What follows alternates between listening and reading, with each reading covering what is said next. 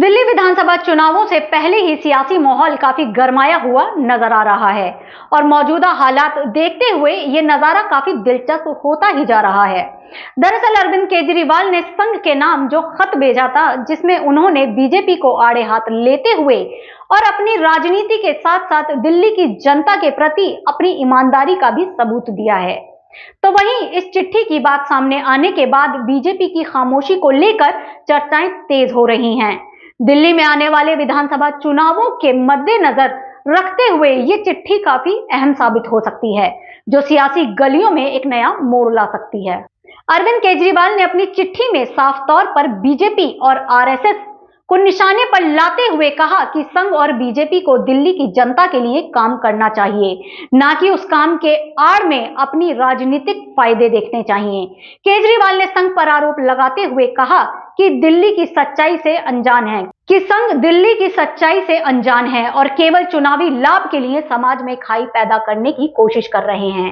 संघ और बीजेपी को समझने की जरूरत है कि दिल्ली के विकास और शांति हमारे लिए सबसे पहली प्राथमिकता होनी चाहिए और हम दिल्ली की जनता के लिए काम कर रहे हैं, और जबकि बीजेपी और संघ केवल अपने राजनीतिक फायदों को साधने में लगी हुई है। जिस पर संजय सिंह ने क्या कहा, आइए सुनते हैं। देखिए, एक तरफ आरएसएस स्वयं को कहती है कि हम एक सामाजिक सांस्कृतिक संस्था हैं, हमारा राजनीति से कोई लेना देना नहीं, और दूसरी तरफ उनके ही कोख से भारतीय जनता पार्टी का जन्म हुआ है और भारतीय जनता पार्टी के लिए आरएसएस दिल्ली के अंदर प्रचार करना चाहती है और जुटे हुए हैं उनके लोग। तो क्या यह पूछना गलत है कि हमारे पूर्वांचल के भाइयों का वोट कटवाया जा रहा है, दिल्ली के दलितों का वोट कटवाया जा रहा है? क्या यह आरएसएस की सहमति और समर्थन से हो रहा है?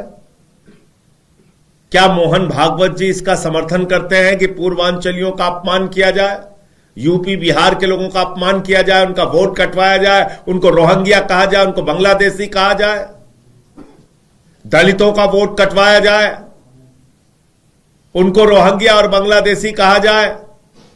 क्या इसका समर्थन करती है आरएसएस और मोहन भागवत जी? दूसरा प्रश्न, आप अपने आप को नैतिकतावादी सांस्कृतिक और सामाजिक संगठन कहते हैं, खुलेआम भारतीय जनता पार्टी का नेता 1100 रुपए बांट रहा है महिलाओं को नई दिल्ली विधानसभा क्षेत्र से, जो अपने आप को संभावित प्रत्याशी बता रहे हैं प्रवेश वर्मा। क्या ये नोट बांटो वोट लो की योजना का आरएसएस समर्थन करती है, मोहन भागवत जी समर्थन करते हैं? यही पूछा अरविंद केजरीवाल जी ने। अगर नहीं करते हैं तो मना कर दे और करते हैं तो हां कह दे, इसमें क्या गलत है? केजरीवाल की चिट्ठी पर बीजेपी ने अपनी चुप्पी तोड़ी तो है, लेकिन उनकी प्रतिक्रियाएं काफी घबराहट से भरी हुई नजर आ रही हैं। बीजेपी ने फौरन एक जवाबी पत्र भेजा, जिसमें पार्टी ने अपनी योजनाओं और दिल्ली के विकास के लिए किए गए कामों का बखान किया है। हालांकि इस पत्र में आत्मविश्वास की काफी कमी महसूस हुई है, जो आमतौर पर बीजेपी की राजनीतिक रणनीतियों में होती है। इस चिट्ठी से साफ झलकता है कि बीजेपी इस बार दिल्ली में चुनौतियां महसूस कर रही है और उनके पास केजरीवाल के निशाने का कोई ठोस जवाब नहीं है। दिल्ली के चुनावी माहौल में इस चिट्ठी ने जैसे आग में घी डालने का काम किया है। जहां एक ओर केजरीवाल ने बीजेपी और संघ को सीधे चुनौती दी है, वहीं बीजेपी भी चुनावी रण में पिछड़ने से बचने के लिए हर संभव प्रयास कर रही है।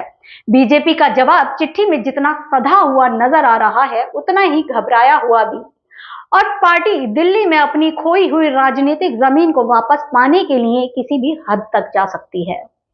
दिल्ली विधानसभा चुनाव अब महासंग्राम की ओर बढ़ा हुआ नजर आ रहा है, क्योंकि केजरीवाल के इस खुले पैगाम ने बीजेपी के लिए कई चुनौतियां खड़ी कर दी हैं। अब देखना यह होगा कि क्या बीजेपी इस घमासान में अपनी इज्जत बचा पाती है, या फिर दिल्ली की राजनीति में एक बार फिर से नया अध्याय शुरू होगा।